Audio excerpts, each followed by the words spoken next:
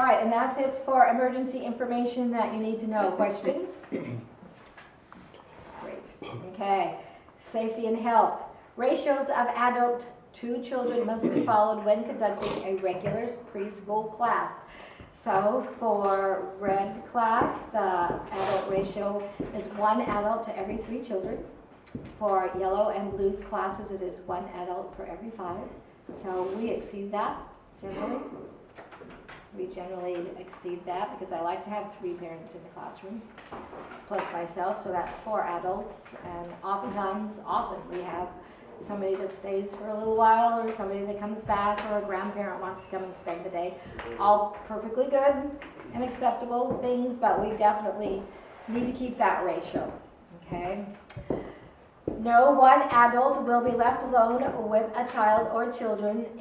This includes working parents and teachers that are not your own child, okay? So I'm not going to ask you by yourself to bring a child in from the playground to go potty. We would all come, we try to go potty before we go out, but no, doesn't necessarily work. You're not going to go into the kitchen to fix snack and let a child go with you to do that. We're not going to do that. We're all going to stay together. Okay, you do that. Parent shall escort the child into classroom and leave only when the teacher and at least 1 working parent is ready to supervise the children. So you may not come early and drop your child off. Okay? All right. And you must walk them into the classroom. You can't just drive up and say, oh, baby's asleep. Tell your child to get out and walk in. Can't do that. So if that happens, if you can't get out of your car, a couple of options. Wait for another family to show up and ask them to either escort your child in for you, which is fine, or stand next to your car while you bring your child in, or call the classroom and I can go out and bring your child in for you and sign in, okay? All right. And so when leaving, a parent must notify the teacher or designated responsible adult of the departure. Parent must escort their children out of the building and encourage parking lot safety. Okay, so same thing. You can't just drive up and wave to me out the window here and expect us to send your child out. Not going to happen. You have to come in. You have to sign your child in and out on the sign-in sheet, which I didn't even bring over. I will show you that in a minute. All right, children will be released only to those listed on the release forms. So everybody filled out a form to say who can pick your child up. Okay? All right, so put people on there. You can change it at any time. You can add and subtract whomever on there. If your child is going to go home with another parent in the class, just tell me. That's going to happen when you come to school. If grandma's going to come, tell me grandma's name, and that's fine. It doesn't need to be anything great or formal about that. Just let me know. So I'm not going to let your child go with someone I don't know, and we can't prove who they are. Okay? Okay. Children should not be left unattended in or out of the classroom or in the car. So say it's your snack day. You finally got the classroom cleaned up, got your child in the car, and you remember that you left your snack in the kitchen. You'll have to get your child out of the car and come in and get your snack. You can't leave your child in the car even for a couple of seconds while you run back in the classroom. Okay? Unless they are 12 years old or older, they cannot be left in the car. Okay? Right, and the same with a sleeping child. Anybody under 12 cannot just leave them in the car while you come into classroom. You got to bring everybody in. It's hard, but it's a good rule. We like that. Okay. Help keep classroom and outdoor area free of hazards. Evaluate daily. So our classroom is basically in great repair. It's a fairly new area. They remodeled our room about 6 years ago. And so it's in pretty great shape. You don't have any real hazards, but if you notice something that you think might be, let me know. Let Mike know. We will take care of it. So check for age-appropriate materials and equipment. Occasionally, something might get left out for the twos class that shouldn't be out. And you know, if it's small enough to be swallowed, just take it away, give it to me. If there's a broken toy, and that happens, a lot of times our little cars lose their wheels, and just take it away, give it to me. Furniture blocking, safe evacuation, so we don't let the kids put anything in front of the doors so that we can get in and out easily. And our floor is in great condition. All right. Hot beverages and smoking are never permitted. In the classroom or on the school ground, you may not do that. Finish your coffee in the car before you come in. Can't even bring it in the safe cups. You're not supposed to have it in the classroom at all. Okay? Cold beverage, okay? Yes. Yes. If you need your cold beverage, yes, of course. Yes. Just Right. All possible poisons must be clearly marked and stored in a locked cabinet at all times. Might seem funny. Talk about poisons at preschool, but we do use bleach to clean the tables, okay? And you actually will be responsible for mixing up the bleach water solution that we use to clean the bathroom and the tables if you are in morning class, okay? All right, and I will show you where they are stored, where it's stored. It is not a locked cabinet because cabinets belong to the church and they don't permit us to put a lock on their cupboards at all, but it is up high. Even I have to climb to get to it. So the kids are not aware that it's there. It's perfectly safe. All right. Supervise and encourage children to follow safety guidelines for each play area. Okay, so in the kitchen, in our play kitchen, for instance, it's taking the play food and playing catch with it. It's not really the safest thing to do.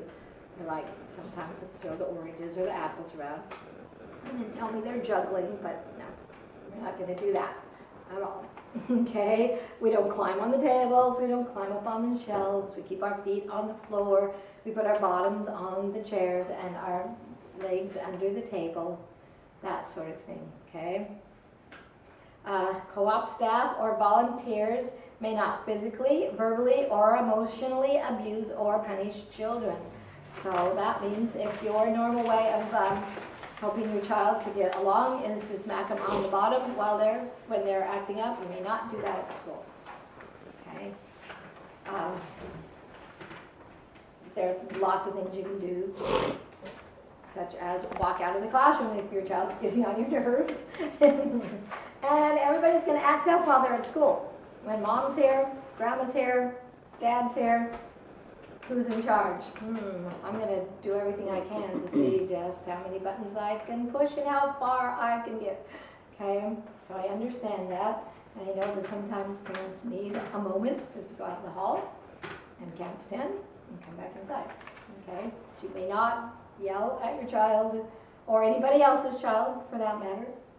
Okay, and we never smack them around. We don't hit them at all.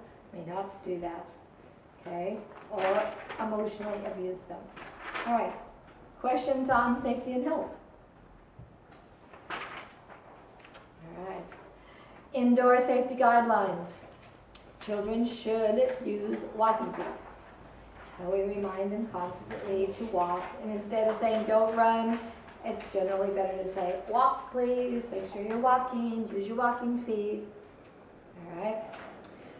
In the block center, the blocks should only be stacked no higher than the shoulder of the shortest child who's playing in the area at the time. So it's really fun sometimes to see how high you can build it, but instead of seeing how high, let's see how wide we can make it. Okay, so it doesn't fall on somebody's head. All right. Impact absorption mats are required under climbing equipment and slides. So what you will notice on our playground, I don't know that we're going to get to tour, but you will go out there. We have actually brand new play chips on the playground, and they are 8 to 9 inches. They're the appropriate amount of cushioning around all of our climbing things. Okay, and we don't have any climbing things that we set up inside. Working parents must be trained in setting up any special equipment, and we don't have anything like that in our classroom. All right, questions? You guys are great. Everybody had tons of questions. All right, outdoor safety guidelines. Fence gates are closed and area is secure and free of hazards when children are playing. So we don't really have much of that. We do, yeah, I wish we could take the tour, but it's gonna be dark. It's very dark out there. There are two sort of gate things with a wire across both places.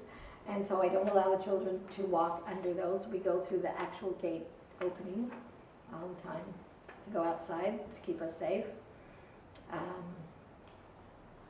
Yeah, okay. No child shall be outside the classroom without adult supervision. So before we leave the playground, we count everybody, make sure we are all there, and we hold hands, and we walk back inside. Sometimes I'm carrying a kicking, screaming child because it's so hard to leave the playground. You don't want to do that. It's lots of fun outside. But we cannot leave anybody outside and say, all right, well, the rest of us are going in. We don't do that. You might tell your child that. Try not to, okay, because it's not going to happen. All right, and check that digging areas are free from animal contamination and the area is covered. When not in use, we do not have a sandbox outside or anything like that. Okay, questions? All right. Disease control. If you suspect your child is ill or getting ill, please keep your child home, as we talked about earlier. Do not come to school. Do not bring your child who's begging to come to school if you know that they're sick. Please keep them home. It's fine to call and let me know. Generally, just post it on Facebook or text somebody. Should we have a conversation about lice? We could. So, schools no longer consider lice something they send kids home for because it's a treatable illness, so they don't send kids home anymore. So if a kid has lice, keep them home. Just simple. They do send them home because they just sent our stepdaughter. Oh, did they? Yeah. Yeah, we had a whole board meeting thing about it, that most schools don't do that anymore. Right. It's actually the health department does not consider it a threat to anybody at all. It's inconvenient. It's not pleasant, So you got but lucky. it doesn't hurt anybody. So yes, we don't. We wouldn't call it lucky if she gets it from school. Right. So if you notice that your child But we haven't has had an that, issue here yet, but it's just something that came up in a board meeting last year, and just, We haven't. Right. Yep. Thanks, Mike. All right. So keep your child home, keep yourself home if you're the helping parent. Don't come. Inform your preschool teacher or your health and safety chair if your child develops a communicable disease. Our health and safety person is a mom that has a child in both yellow class and red class. Khadija. Yes, Khadija is her name. She would be very good, and she will let everybody know what to look for or what's going on, just in case somebody has a whooping cough. It's not likely to happen. The worst thing we've had is hand, foot, and mouth. There are cases of whooping cough going around, by the way. There always is cases of whooping cough. Just making sure. There is always somebody somewhere who's got some whooping cough, and certain times of the year it gets a little worse. We've not really had an issue of that here. Doesn't mean that we won't, but let us know if your child develops anything, chickenpox, measles, any other things that they should be get shots for. Okay.